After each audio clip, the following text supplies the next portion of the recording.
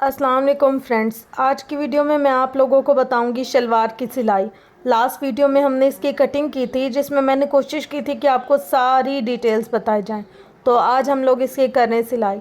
सबसे पहले हम लोगों ने जो कपड़ा कटिंग किया था उसका ले लिया हमने पांचा, और पांचे को देखें आप, मैंने फोल्ड किया है, लेकिन जो हम लोगों ने एक बिल्कुल स्लांट रखा था ना, वहाँ पर देखें हल्का सा कपड़ा छूट गया है। ये उस वक्त मैंने जानबूझकर छोड़ दिया था। मैंने कहा था कि जब आपको मैं इसकी स्टिचिंग बताऊंगी ना तब इसको गाइड कर दूंगी। तो एक तरह से ये इसका पार्ट 2 भी है, और प्लस ये है कि आपको सिलाई भी समझ आ जाएगी। अगर तो आप बिगनर है तो आप इसको ऐसे रखकर सिलाई कर सकते हैं। देखिए मैंने फासला बराबर रखा है दो दो फिंगर्स का, पर यह है कि सिलाई में थोड़ा सा आगे से कपड़ा छोड़ा है।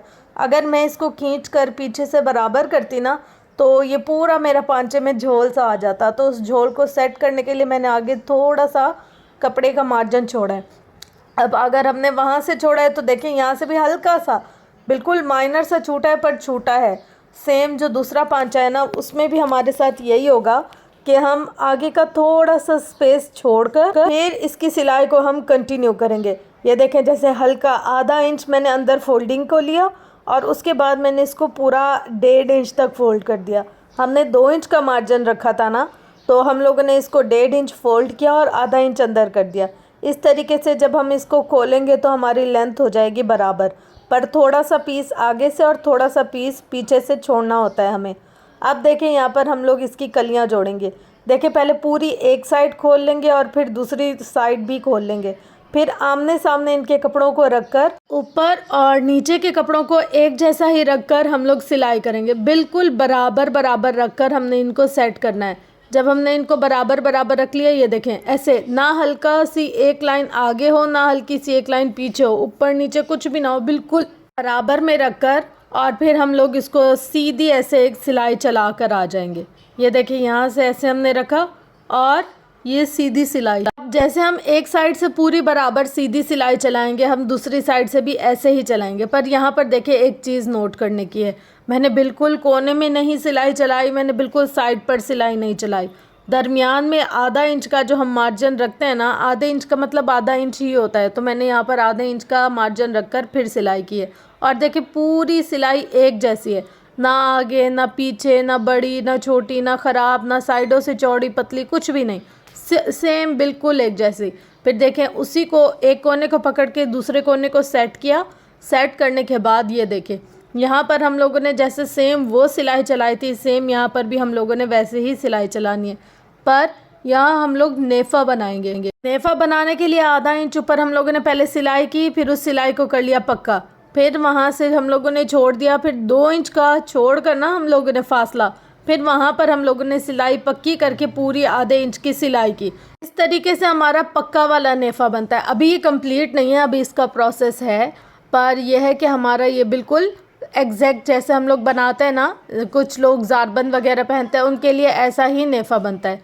तो बस यहाँ पर देखें हम लोगों ने पूरी नीचे तक इसकी सिलाई चला दी है, सेम जैसे हम लोगों ने पिछली सिलाई चलाई थी वैसे ही। अब यहाँ पर देखें ये जो जगह थी ना, हम इसको एक दफ़ा खोल लेंगे। हम लोगों ने खोल लिया, 2 इंच का हम लोगों ने मार्जिन छोड़ा था, और यहाँ पर ये जो धागा है ना इसको कट कर लेंगे तो ये आसानी से हमारा खुल जाएगा। और यहाँ पर देखिए आपको बीच में 2 इंच का मार्जिन नज़र आ रहा है ना, तो हम लोग यहाँ से इसको खोल के फिर सिलाई हम लोग चलाना शुरू करेंगे जैसे हम चकोर डब्बे की सिलाई चलाते हैं ऐसे। ये देखें मैं ना बहुत तेज़ नहीं करी स्पीड, मैं ऐसे चाह रही हूँ कि आप लोगों को एक ही दफ़ा देखने में बिल्कुल पूरा प्रोसेस समझ आ जाए और आप घर में बैठकर अपनी शलवार को आसानी से सिलाई कर सकें। यहाँ पर हम लोग जहाँ तक हमारी सिलाई थी खुली हुई, वहाँ से थोड़ा सा ऊपर लेकर आए। थोड़ा सा ऊपर लेकर आकर फिर हम उसको सामने ले गए। सामने ले आने के बाद अब हम उसको नीचे ले आए। नीचे लाने के बाद ये देखें यहाँ लाकर हमने इसकी सिलाई को कर दिया है ख़त्म। अब हम इसको करेंगे फ़ोल्ड। फ़ोल्ड कैसे करेंगे, देखें ये जो आधा इंच हम लोगों ने स्टार्टिंग में सिलाई की थी, ये वाला ये जो कपड़ा है ना, इसको हम लोग थोड़ा सा फ़ोल्ड करके ऐसे। अब ये देखें यहाँ से कोई अगर ज़ारबंद डालना चाहे, कोई कुछ भी डालना चाहे तो वो इसको आसानी से डाल सकता है। अब हम लोगों ने नीचे जहाँ हम लोगों ने इसका पैक साइड रखी है ना, वहाँ से इसकी सिलाई को स्टार्ट करेंगे ऐसे। फिर हम लोग इसको पूरा राउंड राउंड राउंड पूरी सिलाई करते हुए आएंगे। और यहाँ पर भी वही हिसाब रखना है, जैसे आधा इंच जो हमारा है कपड़े का मार्जिन, उसको अंदर करके और 1.5 इंच जो है ऊपर का कपड़ा छोड़ देना है। अगर आप 1 इंच का इलास्टिक लगाना है तो उसमें 1.5 इंच, और अगर आप 1.5 इंच का इलास्टिक लगाना है तो आप उसमें कितना मार्जिन छोड़ेंगे, तकरीबन 2.5 इंच, क्योंकि आधा इंच अंदर चला जाएगा तो पीछे बच जाएगा 2 इंच, तो वो उसमें ना थोड़ा खिंचाव वगैरह पड़ता है। तो अगर आप चौड़ा इलास्टिक लगा रहे हैं तो आपको कपड़े का मार्जिन जब आप कटिंग कर रहे हो ना शलवार की तो भी ज़्यादा रखना होता है। इस तरीके से ना हमारा फिर आसान रह जाता है।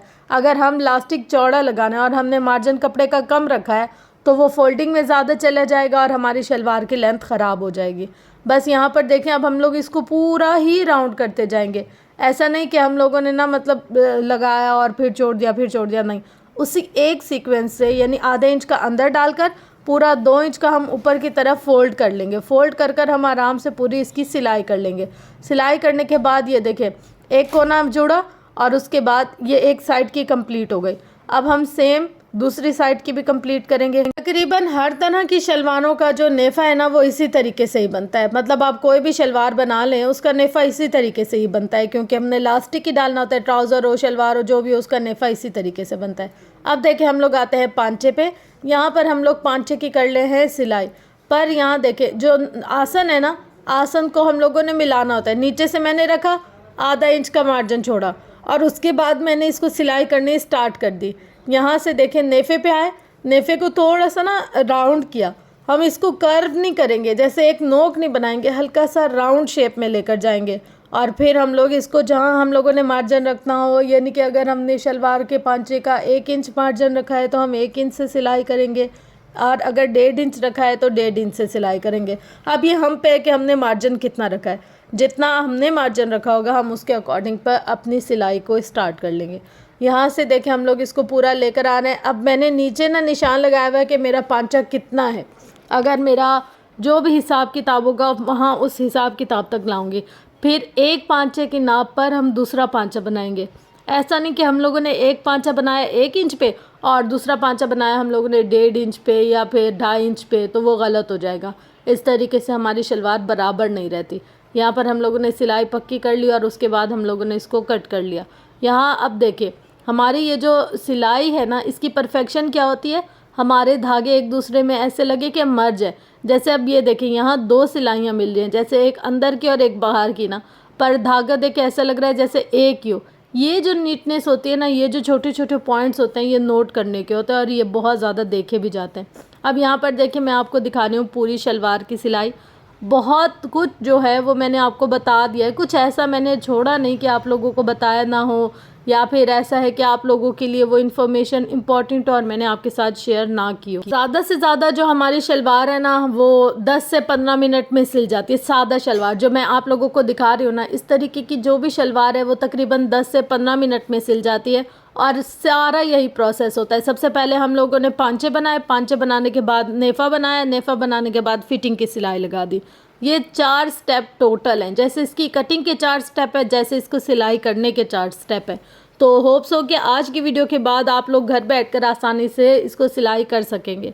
और फिर भी अगर कोई ऐसे बच्चे हैं जो इसको नहीं कर सकते तो इसके लिए हमारे पर्सनल क्लासेस का ऑप्शन अवेलेबल है। आप पर्सनल में क्लासेस ले सकते हैं। 1 घंटे की क्लास होती है और कोई भी रिकॉर्डेड सेशन नहीं होता, उस वक्त लाइव क्लास होती है। यानी कि इतने ज़्यादा बच्चे भी नहीं होते उसमें, बस यानी कि 2 से 3 बच्चों का एक बैच होता है। तो अगर आप चाहते हैं कि आप घर बैठकर प्रोफेशनल तरीके से स्टिचिंग सीखें तो आप लोग ज़रूर कमेंट कीजिएगा।